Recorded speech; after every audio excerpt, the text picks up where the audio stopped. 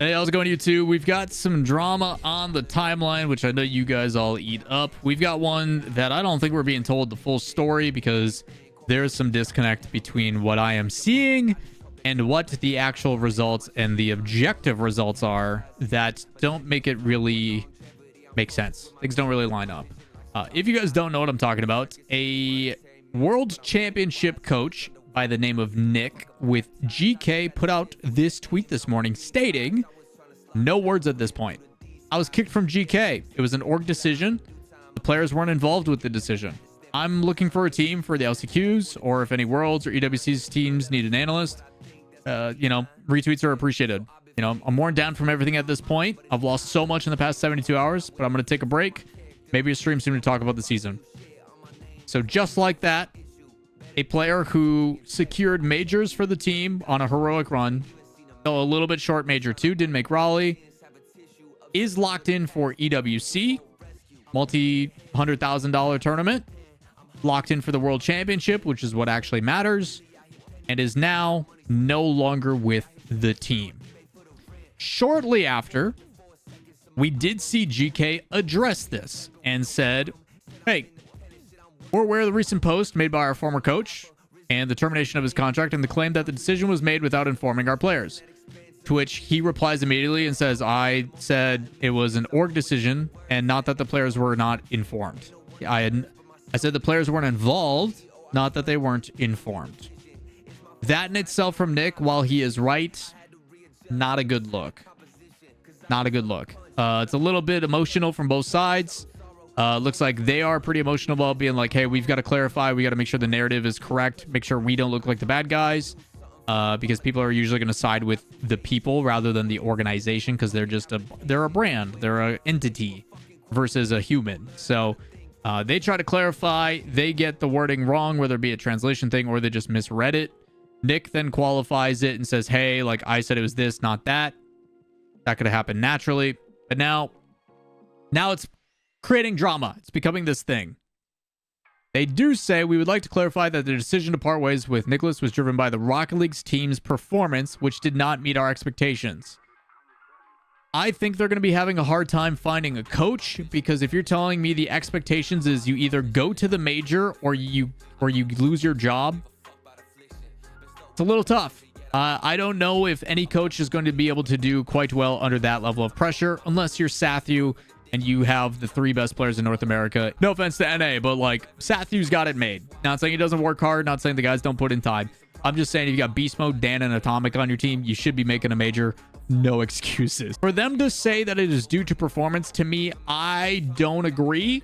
I don't think it can be that because you're telling me you almost didn't make the major. This coach took them on a hero run and they were able to make the major because of his efforts. They then were able to play in Major 1. They don't make Major 2. They, due to their results, though, still consistent performances, top 6 and everything, give them qualification for not only EWC, which is massive for organizations, especially GK, which is a Saudi-based org, but you now have the ability to compete and earn a ton of money. Like, I think first place at EWC is like $27 million.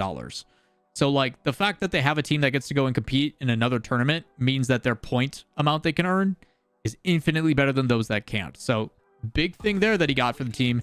And then they're also still playing in the RLCS World Championship, which is why everything's a little bit weird. To release a coach that is pivotal in your success and then claim its performance and saying it doesn't meet expectations, I don't believe. I don't think it's that. If based upon my assessment, based upon my experience in this industry, based upon my gut, I'm calling shenanigans. The second thing they state is additionally, we're making structural changes to our coaching staff as we prepare for EWC and World. Usually it is like CEO, COO. CEO is the visionary, the money, the person that is there to like push the brand forward. COO is your operations officer. They are there to make sure that all the different departments operate efficiently. And then usually below that, you have like a director of esports, which is basically someone who kind of oversees all the esports departments of said org. If they are making changes, there is a possibility that they may have a manager or a coach that is involved with already another one of GK's esports, and they're going to have them do both, to which I say you probably want a specialist within the esport itself to coach. Otherwise, you're probably not going to see too many great results. So who knows what that situation is, but whether they are making some coaching and staff changes either way, or if they're just saying, hey, we're doing that because we are releasing our coach and now we should probably reassess, so be it. Contrary to what was stated, our players were informed and aligned with the decision prior to being carried out, which I don't think Nick would lie about that. I don't think Nick would say, hey, you didn't communicate with the players. He never said that. So yes, this probably does make sense. The players were probably made aware of it. The players probably are understanding of the situation. Not that they had any say or any control in it, because this seems like an executive decision. It's above their pay grade. They don't have to know. You can just say, hey, we're getting you a new coach. And they go, wait, why? And they go, we made the decision that it would be better for the best for the team. We'll work through it together, kind of thing. This is just doubling down on a thing that they misread. And then they say, hey, thanks to Nick. Nick, like I said, does reply. He said, quite literally said it was an org decision, not that the players were not informed. Professional advice, it is best not to reply to this kind of stuff. Handle it privately. While as much as you want to set the record straight and look like the good person, it just comes off publicly not good. It looks, even though he's right, even though he is in the right, replying to that kind of stuff is not, it's not the way to go about it. Handle it privately. It's a better way of doing it. You can send a message and be like, hey guys, like I clearly stated this. At the same time, Nick, in his initial tweet, could have just said, hey, I was released from GK, LFT for this, and leave it at that. People can have their decisions of what and who's going on, and people can talk about and speculate and this and that. That is out of your control. That's not up to you. It's one of the things of being public figures. Sometimes narratives get pushed and pulled. As long as you are comfortable with what the decision is for you, the organization is comfortable with what's going on, who cares what the chatter is? You got to learn to ignore that stuff. Easier said than done, by the way. Much easier said than done. My issue or my concerns with all of this is I don't think it's a performance thing. I don't think it has anything to do with performance. Based upon the objective facts that we have with Nick, a major, a regional win, Worlds, EWC is locked.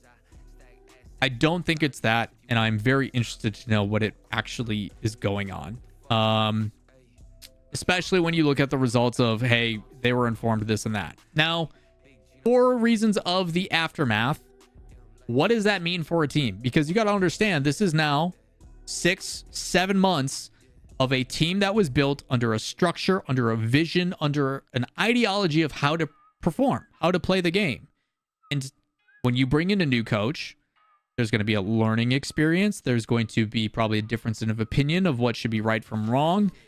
Who knows how well they're going to mesh. Again, I would expect the players are going to have some input about who they want to pursue, even if it is not Nick, their primary option initially. But this is going to be an adjustment period. Luckily for them, they've got a month off. They have qualified for those events. They don't have anything until the middle of August. So 6 weeks until they really have to have their stuff in a row. But it is going to be a learning curve. So I would not be surprised if GK struggles a little bit, albeit a low pressure situation with EWC, because it doesn't mean anything when it comes to Worlds. But for the organization, getting results, getting points. I mean, look at what happened with BDS last year. BDS came in and had a great performance.